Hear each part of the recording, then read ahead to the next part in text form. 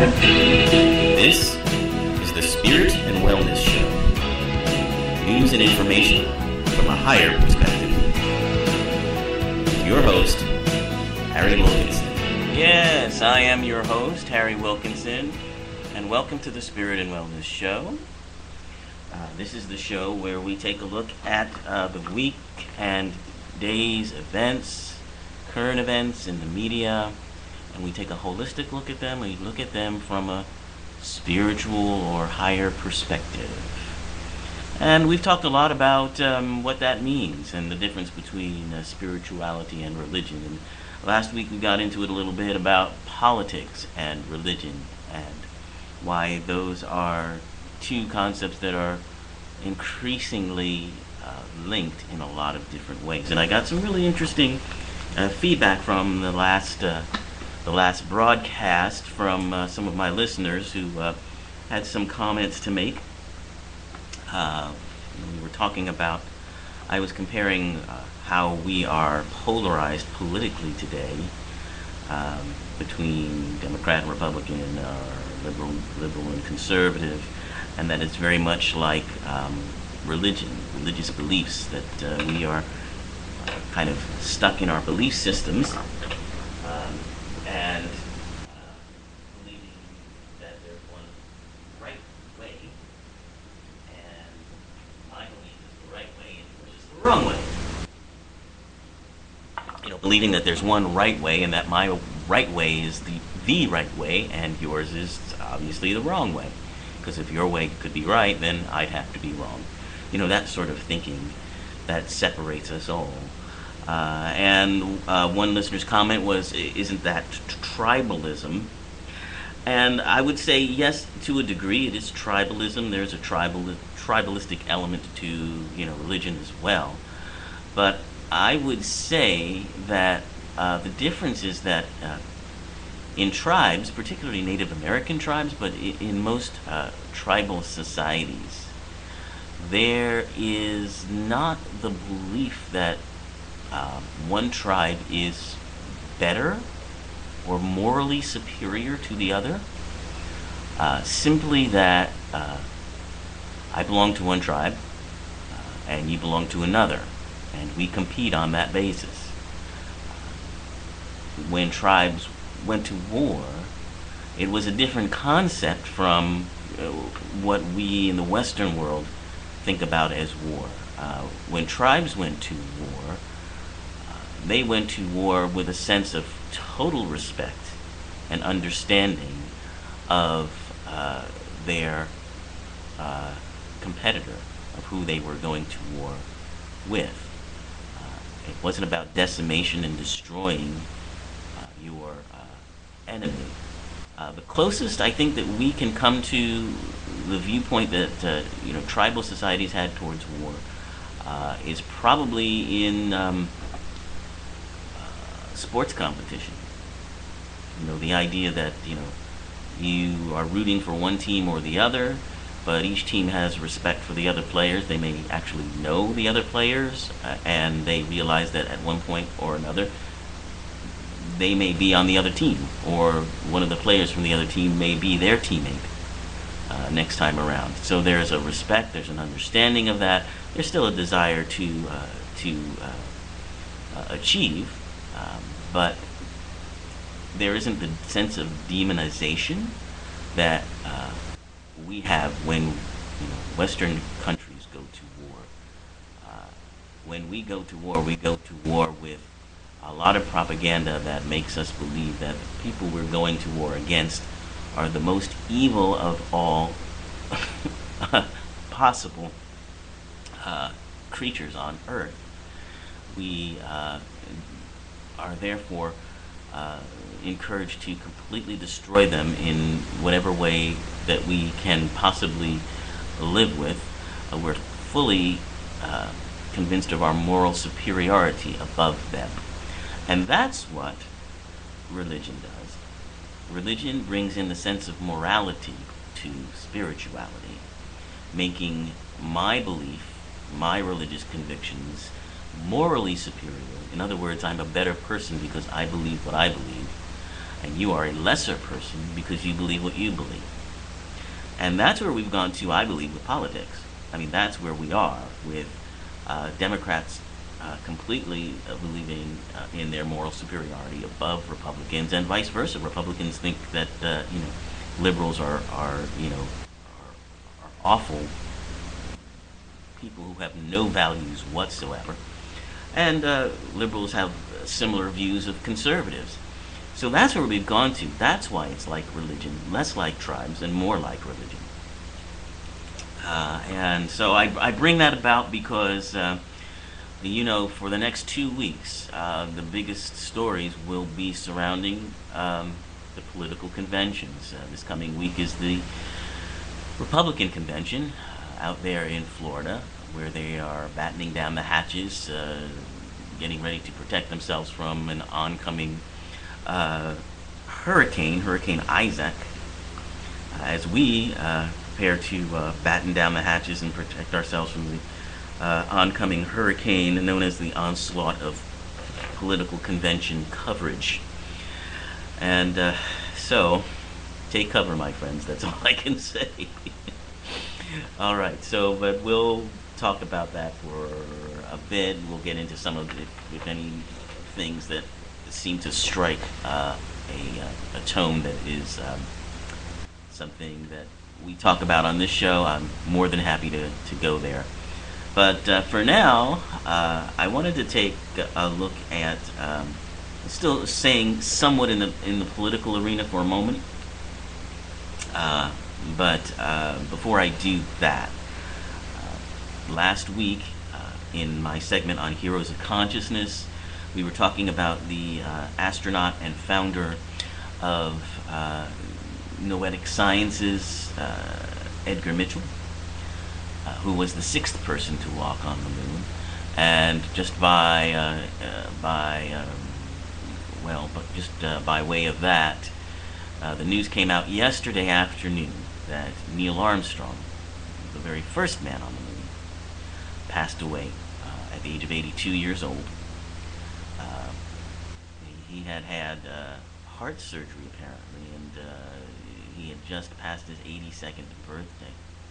And he was the guy, in case you didn't know, he was the guy who said those famous words, "One giant leap for mankind. One small step for man, one giant leap for mankind." And he and his fellow astronaut Buzz Aldrin were the first to land on the moon on Apollo 11. Edgar Mitchell was on Apollo 14, so he came later, but certainly it is sad news for everyone who honors those men and their contributions to space travel and science. And so we bid a fond, happy transition to astronaut Neil Armstrong.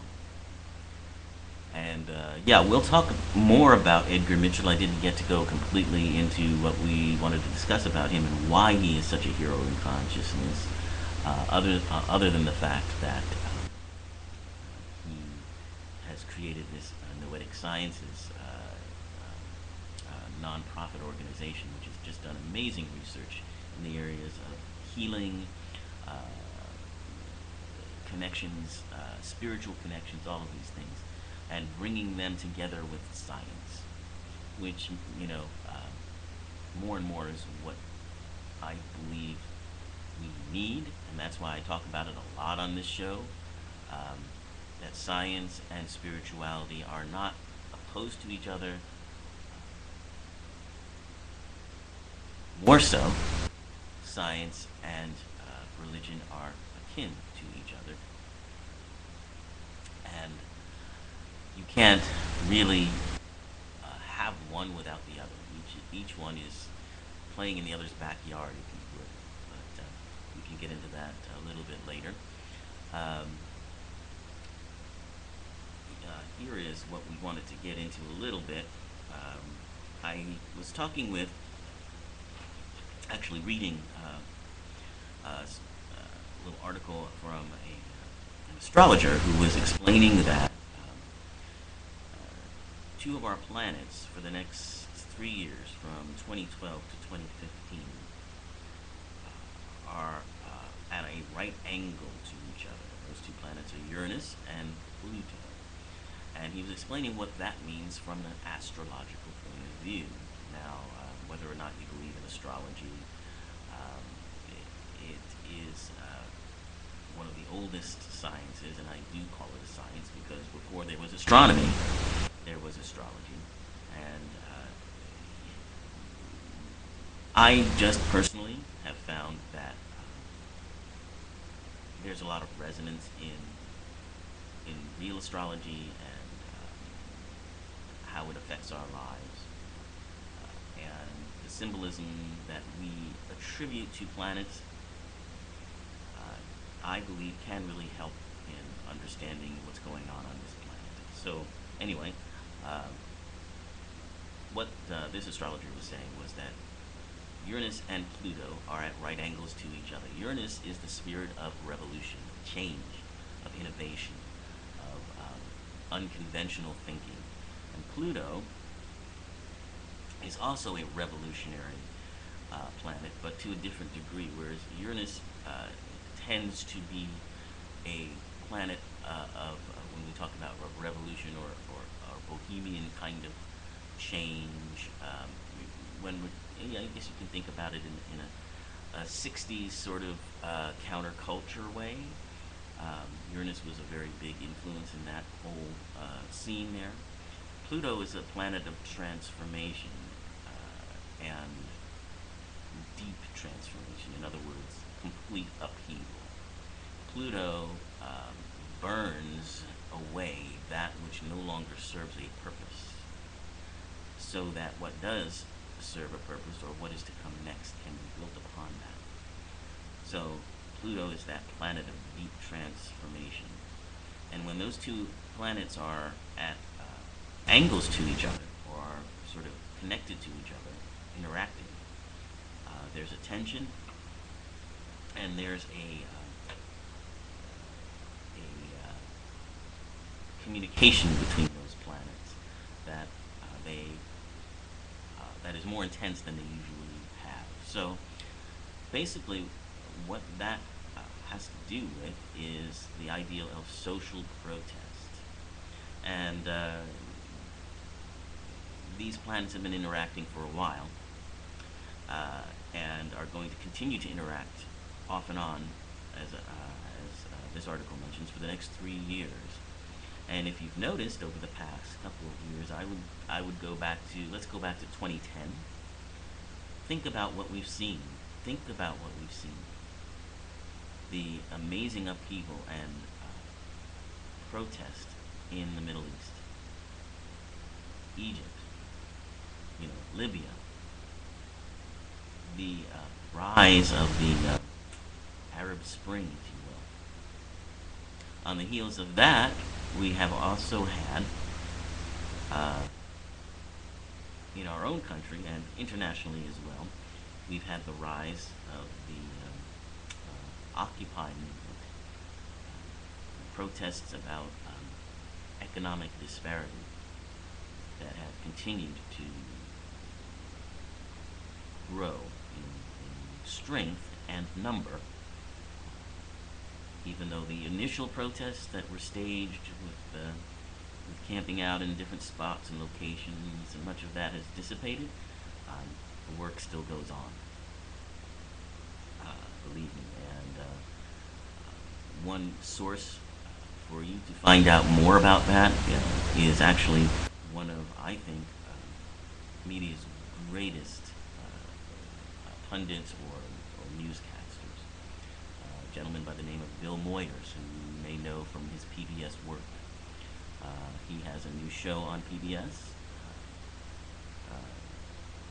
in which he looks specifically at these issues of social protest and change. And I think that show is going to be, and that gentleman, Bill Moyers, will be a very important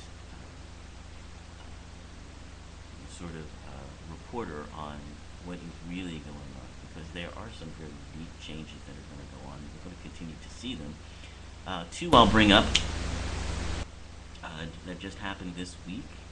Um, you may have heard about the band in Russia called Pussy Riot. They staged an event at a church in which they sang a song which was sort of a mock prayer to Mother Mary to rid them of the awful leader Vladimir Putin, who many people are quite agitated about in Russia. They feel he is a tyrant of sorts. They feel they're being oppressed. And while it's not the kind of oppression that the Soviet Union used to employ, it's not far from it. And so these young ladies, four of them, who make up this band, were jailed and are jailed for a period of, my goodness, I think it's almost a year,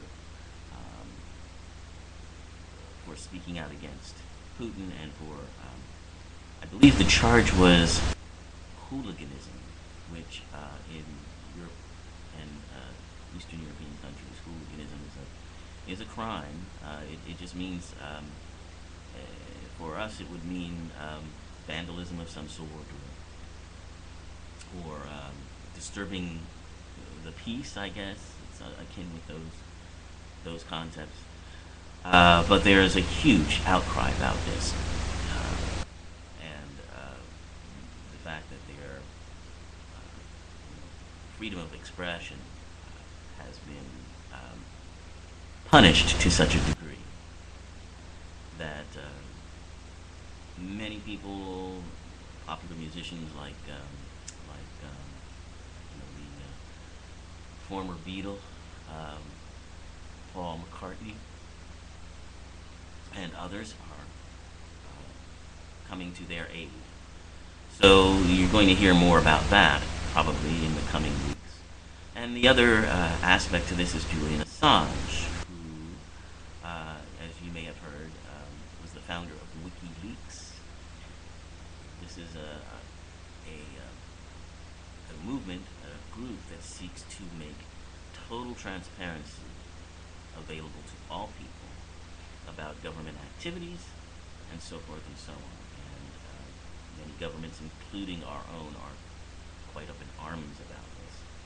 They feel that his access to so-called classified documents puts others in jail, not in jail, puts others in danger, and they want to arrest him. They have charges that haven't been substantiated at all about rape of some kind, although the charges, as I said, aren't substantial and haven't really been formally given, but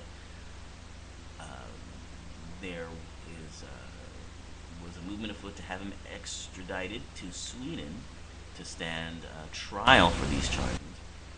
And the belief is that this is politically motivated, that once he was extradited to Sweden, he would then be extradited to the United States and put on trial for treason and that sort of thing. And that these rape charges were trumped up and a way of trying to shut him up and shut him down politically. There's a lot of, to tell you the truth, there's a lot of evidence to support that.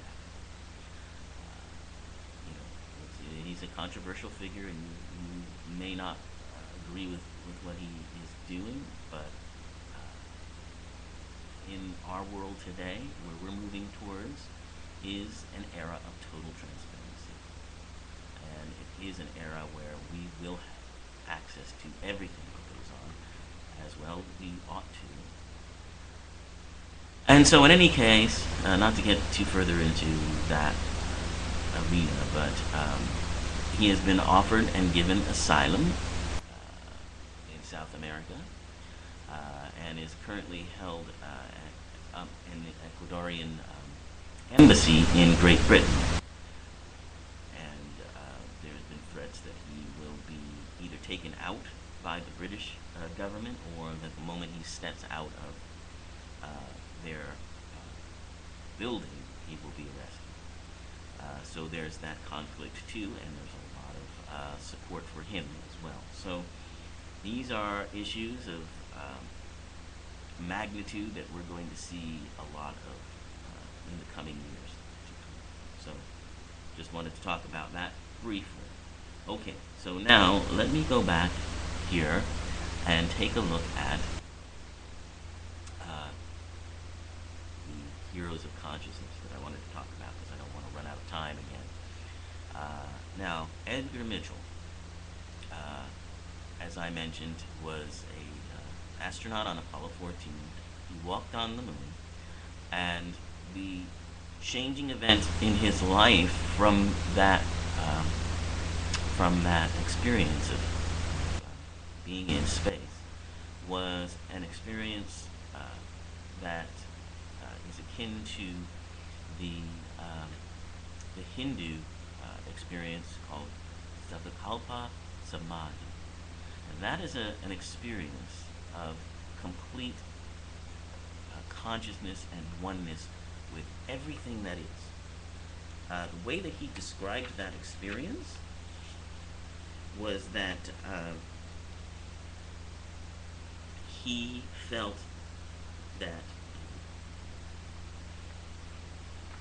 everything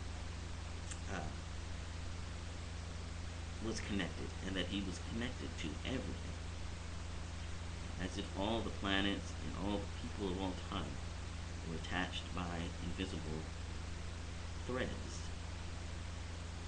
It was a moment that really just staggered him and changed his life and moved him towards doing what he's doing now, which is creating the Noetics Foundation and supporting scientific research on all of these phenomena. And the sense that there is this force field that connects us all. And as we've gone on in scientific research, more and more